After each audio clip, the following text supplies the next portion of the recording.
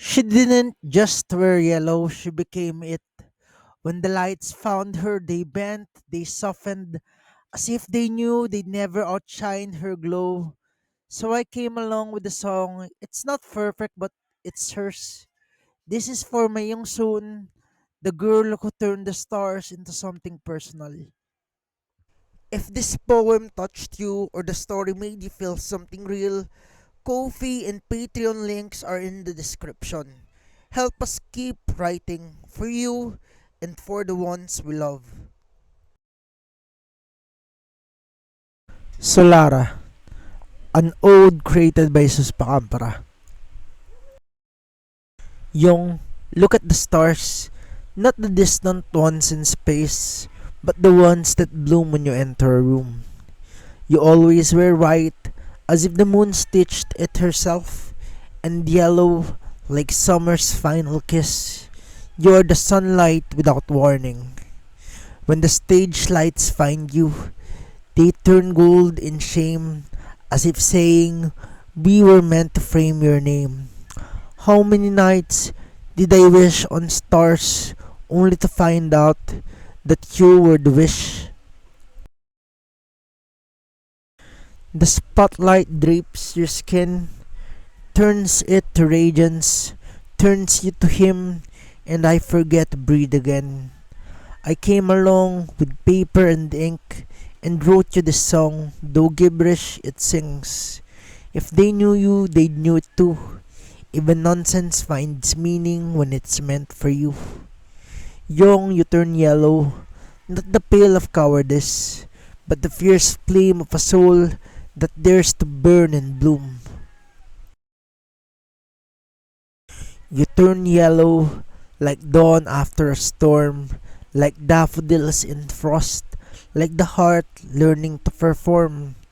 You turn yellow, the hue of hope's return, a candle in a blackout, the sun that makes shadows yearn. And for you, I'd bleed myself dry and dye these verses gold if that could make you smile. Your skin and bones, so mortal yet divine, each step you take unravels the design of time. You walk and the stars align, you speak and the chords are born, you cry and angels weep, but I stay to make you laugh again. For every tragedy you wore, like a second skin, I wrote endings where your smile wins. For every heartbreak that shattered your ribs, I sent swallows to stitch and the beats back in. You shine even when you don't mean to. You wear the light like silk that only truth can weave.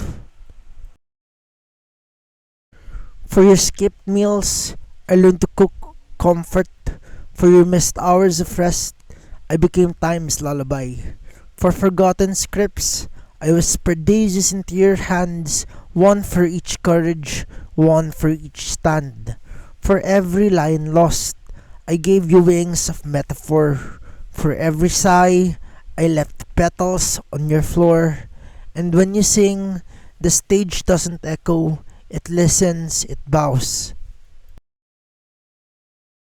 I drew a line above carved across stars that I'll find you in every life and every bar. Even if I don't know your name again, even if we meet as strangers, the song will hum between us. You were all yellow. I jumped across the void of doubt, of fear, of fate, because even silence said your name in golden shapes. And when you shine, gods, you shine, as if the stars themselves took lessons from your spine. Others might call it coincidence, but I call it calling. Your soul find mine in the chaos of morning. And I yellow, always beside you, never alone. Not gold, not sun, just the color of love. I don't have metaphors big enough for you, so I gave you this song clumsy and true. They may not understand it, not unless they knew you, but it maybe the most romantic song ever written for you. Because when the lights turn yellow, you turn into something unearthly, something that makes poets weep and kings kneel gently. So look at the stars, Yong, just look.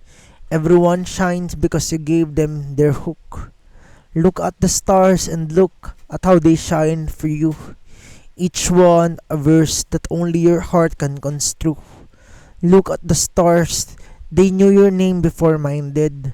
They waited in silence till you gave them reasons to live. Look how they shine for you, not just in sky, but me in too. For every line, for every you, all this light, it was always for you.